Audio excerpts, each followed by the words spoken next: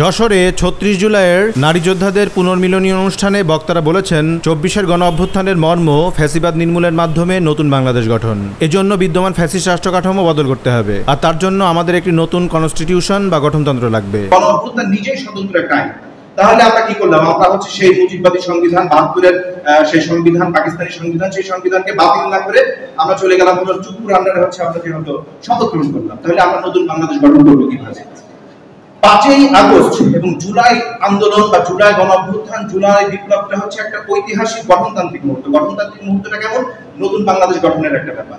তো এই যে গণ অভ্যুত্থানের যে হচ্ছে আপনার হলো এই যে যেটা বলতেছেন আপনি গণসার্বভৌমত্ব, এটা একটা গাঠনিক শক্তির জন্ম দেয়, কনস্টিটিউয়েন্ট পাওয়ার। আপনারা যদি হচ্ছে if you read the political science, different type of হচ্ছে মানে হলো political theory, that from you can get such kind of হচ্ছে পলিটিক্যাল থিওরিজ। ঠিক আছে, যে গণসার্বভৌমত্ব কি, হলো কনস্টিটিউয়েন্ট পাওয়ার কি। এই কনস্টিটিউয়েন্ট পাওয়ারটা হচ্ছে একটা গঠনের ক্ষমতা। এই জুলাই গণ অভ্যুত্থানের মধ্য দিয়ে আমরা একটা নতুন বাংলাদেশ গঠন করার ক্ষমতা পেয়েছিলাম। নতুন বাংলাদেশ কিভাবে আমরা গঠন করবো, তার জন্য আমাদের দরকার হবে একটা কনস্টিটিউশন। আমরা এখানে বলতেছি সংবিধান। আপনারা যদি দেখেন ১৯৭২ সালের আগে বাংলা অভিধানে কোনো সংবিধান নামক শব্দটা পাবেন না। একটা সংস্কৃত যা শব্দ পশ্চিমবঙ্গের হচ্ছে ওই যে সংসদ অভিধান থেকে এখানে হায়ার করে নিয়ে আসা হয়েছে প্রয়োজন। তো যে বিষয়টা আমরা যেটা বলি, তাহলে আমাদের একটা কিন্তু হলো নতুন বাংলাদেশ গঠনের জন্য হচ্ছে আমাদের একটা গঠনতন্ত্র দরকার। সেই কনস্টিটিউয়েন্ট পাওয়ারটা আমরা পেয়েছি কবে? এই জুলাই গণ অভ্যুত্থানের মধ্য দিয়ে। কিন্তু আমরা দেখছি কি এখন হলো কথিত সংস্কার কমিশন গঠন করা হয়েছে। সেই সংস্কার কমিশনে কিছু political parties they are taking decisions. Who are they to take decisions? Decision নেবে জনগণ। এই যে সংস্কার কমিশনের মাধ্যমে আজকে যে সংস্কারগুলো করার চেষ্টা করা হচ্ছে, এখানে কোনো গণমতামত নেই, এখানে আমার মতামত নেই, আপনার মতামত নেই, কোনো শিক্ষকের মতামত নেই, কোনো আইনজীবীর মতামত নেই, কোনো কোনো হচ্ছে সাংবাদিকের মতামত নেই। বিদেশ থেকে একজন আলিয়াস সাহেবকে নিয়ে আসছে, তাকে দিয়ে হচ্ছে আপনার হলো কমিশন বিভিন্ন রকমের হচ্ছে সংস্কার প্রস্তাব হাজির করতেছে। আসলে ব্যাপারটা কি? ব্যাপারটা হচ্ছে যে একটা নির্বাচনের মধ্যে, এই সংস্কারের মধ্যে ফ্যাসিজমকে আবার হলো জিয়ে রাখার একটা প্রক্রিয়া আমরা দেখতে পাচ্ছি, যার আলোকে আমরা গণতান্ত্রিক একটি রাষ্ট্র গড়ে তুলতে পারবো। বক্তারা আরো বলেন, শেখ হাসিনার ফ্যাসিবাদের বীজ ৭২-এর সংবিধানে রোপিত হয়েছিল। তার শাসনামলে সেটি চূড়ান্ত রূপ নেয়। জুলাই গণ অভ্যুত্থানের মাধ্যমে সেই ফ্যাসিস্ট শাসনের অবসান হয়েছে, কিন্তু ফ্যাসিস্ট রাষ্ট্র কাঠামোর বদল না হওয়ায় এখনো ফ্যাসিবাদ নির্মূল হয়নি। আর তাই ফ্যাসিবাদী রাষ্ট্র ব্যবস্থার বদল না হওয়া পর্যন্ত লড়াই অব্যাহত রাখতে হবে, রাজপথ ছেড়ে যাওয়া যাবে না। শুক্রবার বিকেলে যশোর ইনস্টিটিউট পাবলিক লাইব্রেরির ইস্যু বিভাগের ২য় তলায় এই অনুষ্ঠানের আয়োজন করে জুলাই নারী ঐক্য। কিভাবে মূল্যায়ন করছি? যে নারী যোদ্ধারা তারা এই লড়াইয়ের শরীক হয়েছিলেন। কিভাবে শরীক হয়ে যে অভিজ্ঞতাগুলো তাদের হয়েছে, সেই অভিজ্ঞতা আগামী দিনের সমাজ গঠনে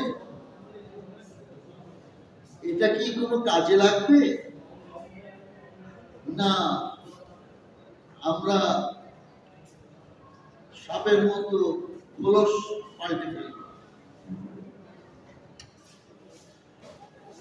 আপনারা এখানে অনেকে আলোচনা করলেন, সংবিধানে আলোচনা করলেন, গঠনতন্ত্র বললেন, যে সংবিধান না গঠনতন্ত্র, বা আমরা যে সমাজ গড়তে চাই, ইত্যাদি ইত্যাদি।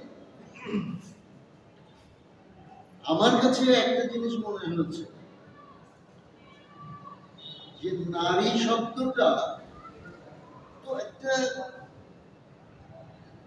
একটা লিঙ্গ হিসাবে পরিচিত হবে, কিন্তু আপনি যখন রাজনীতির আলোচনা করবেন, আপনি যখন রাষ্ট্রের আলোচনা করবেন, আপনি যখন আপনার অর্থনীতি, আপনার রাজনীতি, আপনার সমাজনীতি, আপনার বিভিন্ন বিষয় একটি রাষ্ট্রের আপনি যখন আলোচনা করবেন, শুধু না, আপনি যখন সিদ্ধান্ত নিতে যাবেন যে এটা কিভাবে করতে হবে, তখন আপনি কিন্তু নারী নন, আপনি তখন নাগরিক। নাগরিক কারা? একটি রাষ্ট্রে যারা ওই রাষ্ট্রের কোন গল্পের কথা, মালিক। এটা রচনার বিষয় না, এটা বাস্তব যে তারাই, এই নাগরিকরাই এই রাষ্ট্রের মালিক। খুব পরিষ্কার কথা, খুব সাফ কথা। এইটা যে কোনো সিদ্ধান্ত যে কোনো আলোচনা, রাষ্ট্রীয় আলোচনা, অর্থনীতির আলোচনা, সমাজনীতির আলোচনা, যে আলোচনাই করেন প্রথম এই বিষয়টি মাথার মধ্যে ঢুকায় রেখে তারপরে ভাববেন, সিদ্ধান্ত নেবেন। তারপরে মেয়েরাই তো প্রথম বের হয়েছে, এই বেরোনোর প্রয়োজনে আবারও তারা বেরোবে। কিন্তু এই লড়াইটা এইভাবেই জারি থাকে। কিন্তু খুব হতাশা যে এতগুলো জীবন, এতগুলো আত্মত্যাগ, এত আবেগ, যারা আমরা এখন কথা বলতো এবং সামনে যারা আছে, যদি হাসিনার কত না ঘটতো, বহু মানুষ তারা কিন্তু আজকে এখানে থাকতে পারতো না। মানে তাদের জীবন ওই জেলের মধ্যে থাকতো, আমাদের চাকরি থাকতো না। 3 আগস্ট বিশ্ববিদ্যালয়ের থেকে আমরা রিভোল্ট করে রাস্তায় নেমেছিলাম। ওদিনই আমাদের বলা হয়েছিল কাল থেকে আর বিশ্ববিদ্যালয় আসা লাগবে না। আমরা সেটা জেনেই করেছি, তোমরাও সেটা জেনে করেছো। তো যাই হোক, আমি বলতে চাচ্ছি যে এই অনুষ্ঠানটা করার উদ্দেশ্য ছিল যে একটা হতাশার মধ্যেও একটা এক ধরনের যেন আপরাইজিং, আবার সেই ভাবটা যেন আসে যে না, নারীরা একেবারেই শেষ হয়ে যায়নি, তারা এখনো আছে। অগ্নিছড়া বক্তব্য কে এসেছে, পুলিশ এসেছে, কি করেছে, স্বৈরাচারের পা চেটেছে, আমরা ভুলে যাই না। বস্তুত ভারতীয় উপমহাদেশে যতগুলো আন্দোলন বা বিপ্লব আমরা দেখেছি, আমাদের জুলাই 30 দিনের বিপ্লবে এত নারী উপস্থিতি ছিল যেটা কখনোই পৃথিবীর ইতিহাসে মানুষ দেখে নাই। এবং প্রত্যেকটা নারী ছিল বিপ্লবের ঠাসা এক একটি অগ্নিকন্যা।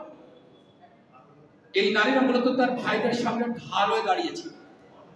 ঢাকা বিশ্ববিদ্যালয় শুরু হয়েছে, যশোরে তো হচ্ছে না। তারপর দেখলাম যে আমার বিশ্ববিদ্যালয় থেকে আন্দোলন শুরু হয়েছে, কিন্তু কোনো মেয়ের কোনো অংশগ্রহণ সেখানে ছিল না। যখন মেয়েদের অংশগ্রহণ ছিল না, তখন ভিতর থেকে একটা তাগিদ অনুভব করছিলাম যে আমিও তো বিশ্ববিদ্যালয়ের ছাত্রী, যদি ঢাকা বিশ্ববিদ্যালয়ের ছাত্রীরা সামনে দেখাতে পারে তাহলে আমি কেন পারবো। দেশ গড়ার স্বপ্ন শুধু একক পুরুষের দায়িত্ব নয়, অন্যায় প্রতিবাদ করা শুধু একক পুরুষের দায়িত্ব নয়, নারীদেরও দায়িত্ব। আমার আম্মু যদি বারণ করতো যে আজকে যাওয়ার দরকার নেই, আমার বাবা বলতো ও একা কেন যাবে, আমিও যাবো সাথে।